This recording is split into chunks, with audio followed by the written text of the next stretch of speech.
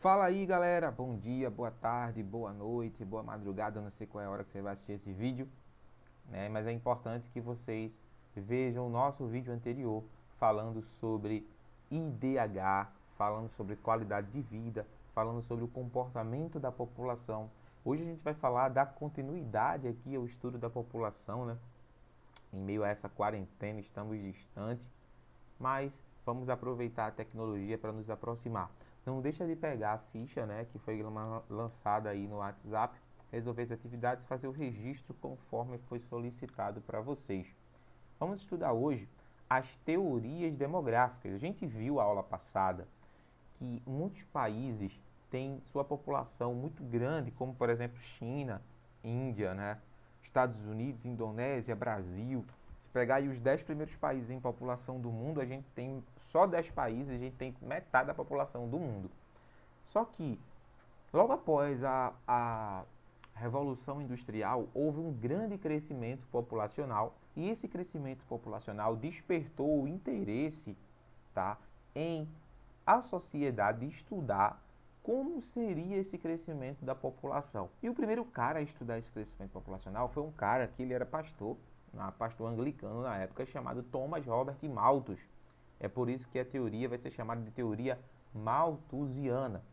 E eu quero destacar aqui para vocês o seguinte: existem 4 teorias demográficas. Olha aqui do lado, 4 teorias demográficas: teoria malthusiana, teoria neomalthusiana, teoria reformista e teoria ecomalthusiana.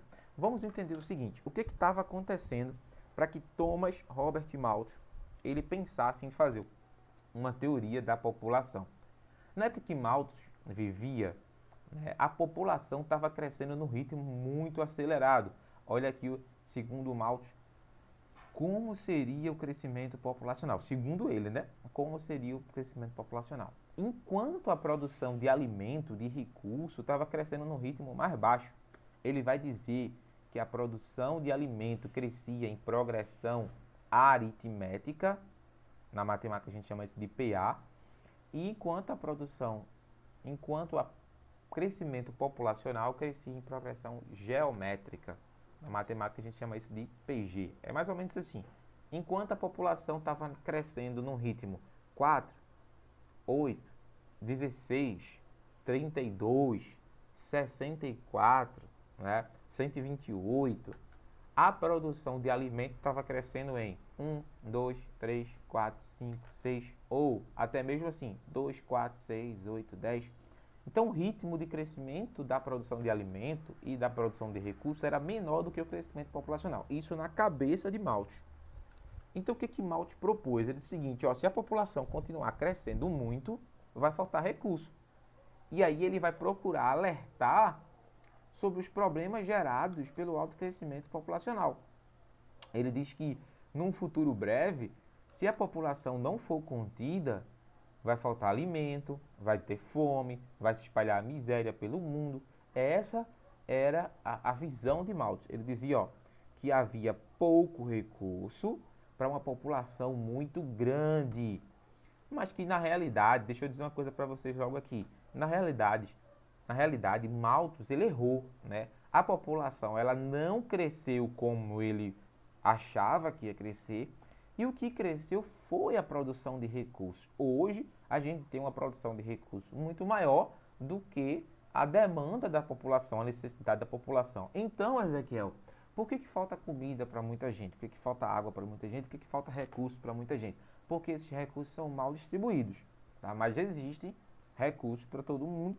O problema é que esses recursos são mal distribuídos. Mas na cabeça de Malthus, na teoria dele, no universo dele, ia faltar recurso. Então ele vai propor o seguinte, ele vai propor, naquele momento lá atrás, no século XIX, que para diminuir o crescimento populacional, o casamento deveria ser o mais tarde possível.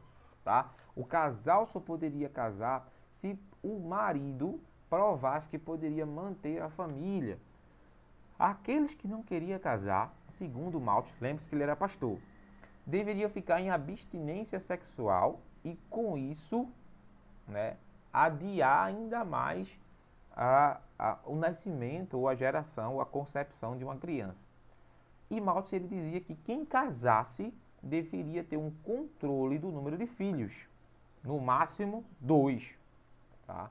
E mesmo que o governo propusesse tudo isso e as pessoas continuassem a ter muito filho, Malthus disse o seguinte, que o governo deveria aumentar o preço dos alimentos e não dar assistência às famílias mais carentes. Era a solução para diminuir o crescimento populacional, segundo Thomas Robert Malthus. Deu certo? Claro que não. Né? Primeiro, não deu certo porque Malthus estava errado na sua teoria, né? E segundo, não deu certo porque essas teorias aqui, essas propostas de diminuir o crescimento populacional, elas não são eficazes quando a gente pensa aí, né, de uma série de situações e variáveis para poder cada uma dessas sugestões de Malthus darem certo. Por que que Malthus morreu e ele morreu não podendo provar que estava certo e não podendo provar que a sua teoria estava correta? Veja, lembre-se que foi o que eu disse no início da aula. Presta atenção no seguinte, Malthus disse que a população ia crescer demais, ia faltar comida e as pessoas deveriam praticar abstinência sexual, o governo deixar de dar assistência médica às pessoas e assistência social. O que Malthus não considerou, né? Ele não considerou que haveria uma melhora nas técnicas de cultivo, as pessoas iam aprender a cultivar melhor, haveria ali uma tecnologia, por exemplo, na produção de alimentos, ia surgir os adubos, os fertilizantes, né? Malthus não considerou que iam surgir métodos contraceptíveis, técnicas de preservação à gestação, tá? Então não precisava entrar em abstinência sexual, por exemplo, a camisinha, e por isso ele morre sem poder provar a teoria dele. Mas a teoria malthusiana é a teoria que diz o quê? Que a população ia crescer demais e ia faltar recursos. Depois da morte de Malthus, muitos anos depois, vai surgir um novo grupo de pessoas chamados de neomalthusianos. E quem são os neomalthusianos? Eles diziam que o crescimento populacional, a explosão demográfica do período pós-Segunda Guerra, ressuscitou as ideias de Malthus. Veja, Malthus lançou a teoria dele no século XVIII e aí morreu, sem poder provar a teoria. E aí uma coisa interessante a ser destacada. A teoria de Malthus dizia que o crescimento populacional ia ajudar na falta de recursos. Beleza, Malthus morre, ninguém acredita nele e a teoria fica esquecida. Só que depois da Segunda Guerra, há um crescimento populacional novamente na Europa, tá? E no resto do mundo. E começou a ter alguns teóricos começaram a ter uma impressão que a população ia crescer demais. Olha, a população crescendo demais, segundo a teoria, e ia faltar recurso para investimentos em setores que para eles eram considerados essenciais. Exemplo, se um país tem muitas crianças, ele teria que investir muito em educação, muito em infraestrutura, e ia faltar dinheiro para investir em tecnologia, para investir em setores produtivos que dessem retorno mais rápido. Então, como esses novos teóricos trazem como causa da falta de investimento a população, eles são chamados de neomalthusianos. E aí eles propõem o quê? O elevado crescimento populacional é responsável pela condição de subdesenvolvimento dos países mais pobres. Dizer o seguinte, quanto mais gente tem num país, maior vai ser a pobreza deles. Essa é a ideia dos neomalthusianos. Por quê? Porque eles vão atribuir a culpa pela situação de miséria dos países subdesenvolvidos ao acelerado crescimento populacional. Eles vão dizer que quanto mais gente tem no país, mais difícil é do país sair do subdesenvolvimento. Eles vão até concordar que a agricultura eram capazes de produzir alimento suficiente para todos, mas eles têm uma coisa que Malthus não tinha. Isso aqui, ó. Lembra que Malthus defendia a abstinência sexual. Os neomalthusianos vão defender controles rígidos e oficiais de controle de natalidade. Para os neomalthusianos, o cara pode ter a vida sexual que tiver, ativa inclusive. Só que ele tem que usar as pílulas anticoncepcionais para poder evitar ter filhos, né? Porque quanto mais filho, menor o desenvolvimento social do país. Essa era a teoria defendida pelos neomalthusianos. Então vem aí a figura do preservativo, né? Do famoso preservativo. Se você tiver aí uma mãe acima dos 50 anos, uma avó acima dos 50, 60, e você conversar com ela sobre ligação, né? A famosa ligação, que é aquela cirurgia que a mulher faz, ou fazia antigamente, ainda faz hoje, né? Para não ter mais filho, você vai ver que no passado era muito mais fácil fazer essa cirurgia, porque os neomalthusianos aqui no Brasil, eles atuaram muito forte, né? Os neomalthusianos, eles conseguiram financiamentos, políticas sociais próprias, para poder diminuir a população dos países mais pobres. Então, era muito mais fácil conseguir uma cirurgia como essa. Só que hoje o Brasil descobriu que a causa do subdesenvolvimento, não só o Brasil, como o resto do mundo, a causa do subdesenvolvimento não tem a ver com a quantidade de crianças que nascem.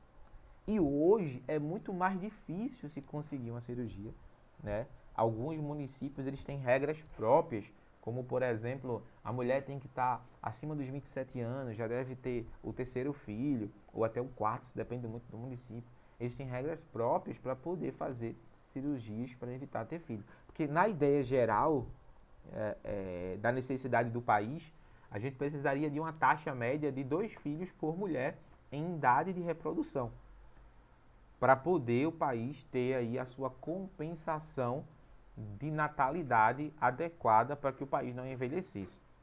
Mas com os neomalthusianos surgiram diversos métodos contraceptivos ou anticoncepcionais, como por exemplo o DIU, a pílula do dia seguinte, né? A pílula por ciclos, vários tipos de cirurgia, como a cauterização, a ligadura, a serelagem, que é na verdade um aperto que se dá nas trompas para que o óvulo fecundado não passe. Então havia uma série de métodos de controle de natalidade na tentativa de que esses países saíssem da pobreza, segundo os neomalthusianos, tá? Segundo os neomalthusianos. Só que, quando a gente observa essa teoria neomalthusiana que diz que quanto mais gente, mais pobreza, quando a gente observa países como China e Estados Unidos, que tem muito mais gente que o Brasil e são muito mais ricos que nós, a gente percebe que há uma incoerência, há um erro também nessa teoria. E aí surge uma outra teoria, que é a teoria reformista ou marxista. O que diz a teoria reformista ou marxista? Diz que, na verdade, a culpa do crescimento populacional está associada à situação de pobreza. Preste atenção.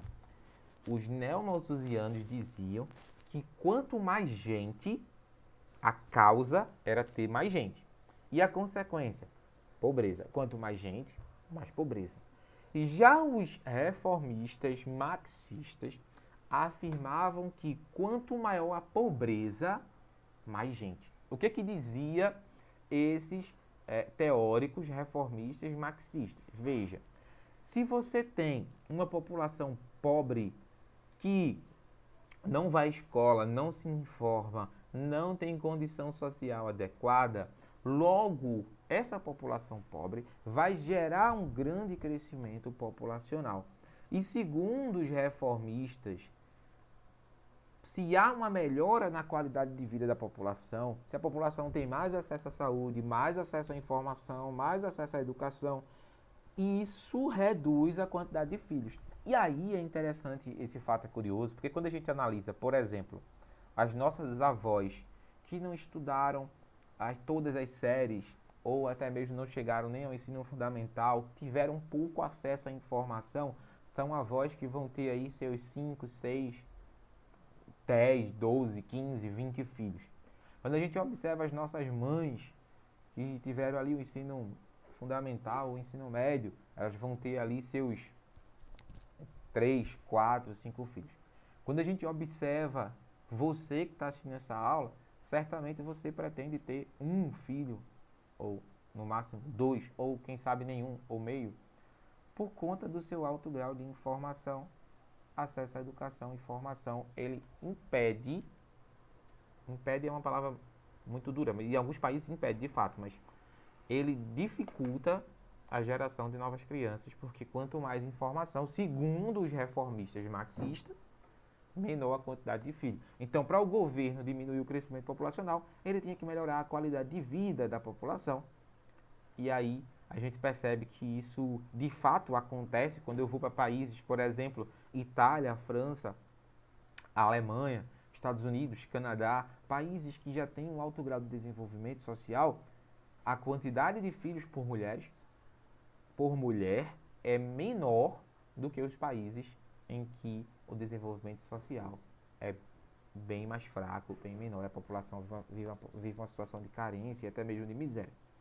Bem, a última teoria para nós estudarmos hoje é a teoria ecomalthusiana. Eco vem de ecologia, né, vem de ecossistema. Os ecomalthusianos, eles defendem o seguinte: eles não falam nada, por exemplo,